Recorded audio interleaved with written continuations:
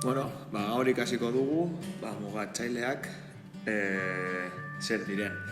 Eta mugatzaileak gazteleraz dira determinantes, bai. Hau da, izenari buruz informazio bat ematen digutenak, vale? Eta euskeraz, bueno, bi mugatzaile mota ditugu. Artikuluak eta erakusleak. Artikulos y demostrativos gazteleraz, vale?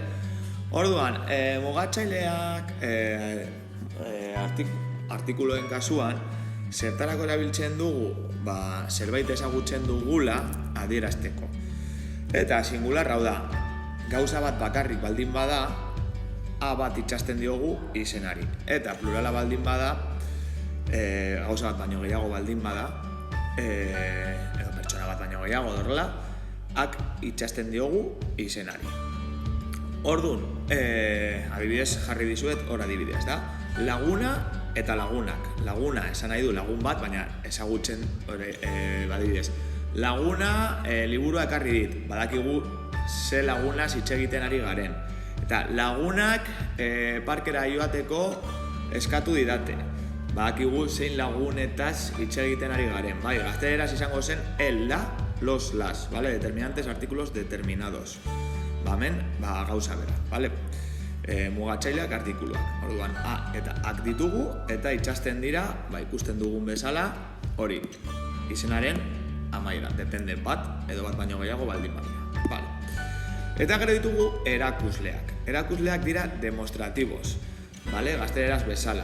Eta hauek zer esaten digute edo ze informazio ematen digute izenarekiko, gertu, distantzia erdian edo urrun gertatu den distantzia edo denboran, vale? Urrun gertatu den markatu, ze urrun atxerik gabeta. Sartu idatzen. Vale.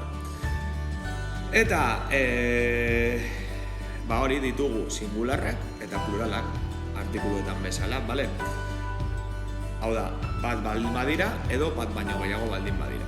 Hau, hori eta hura singularrak baldin bada, eta hauek, horiek eta haiek pluralak baldin bada. Eta ikusiko ditugu adibide batzuk.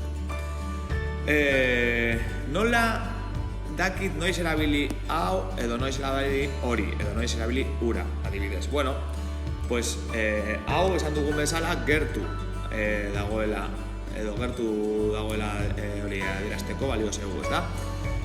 Hori distantzia erdia edo, eta urrun, oin dela asko gertatu dela, edo oso urrun dagoela, edo, vale? Orduan, baude lokailu batzuk edo, baude koletilla batzuk, edo hitz batzuk, ze mugatzaile mota, erakusle mota erabili behar dudan, ikusteko.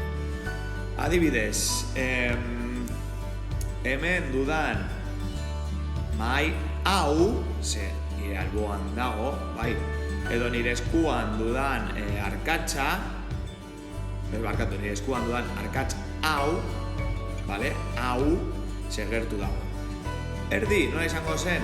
Adibidez, hemen klasean ez dakit. Ibairen ondoan dagoen ikasle hori,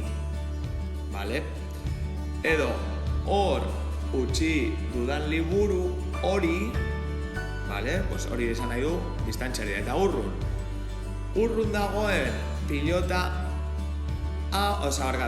urrun dagoen pilota ura edo txikitan egin dituen ikasketa haiek, oin dela asko gertatu dira, edo adibidez hemen klasean atzeko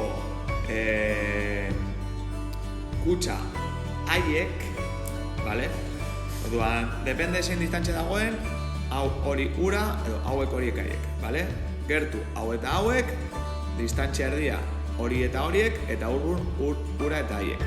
Gazteleraz izango zen, este, esta, estos, estas, ese, esa, esos, esas, aquel, aquella, aquellos y aquellas, gauza bera, baina euskeraz.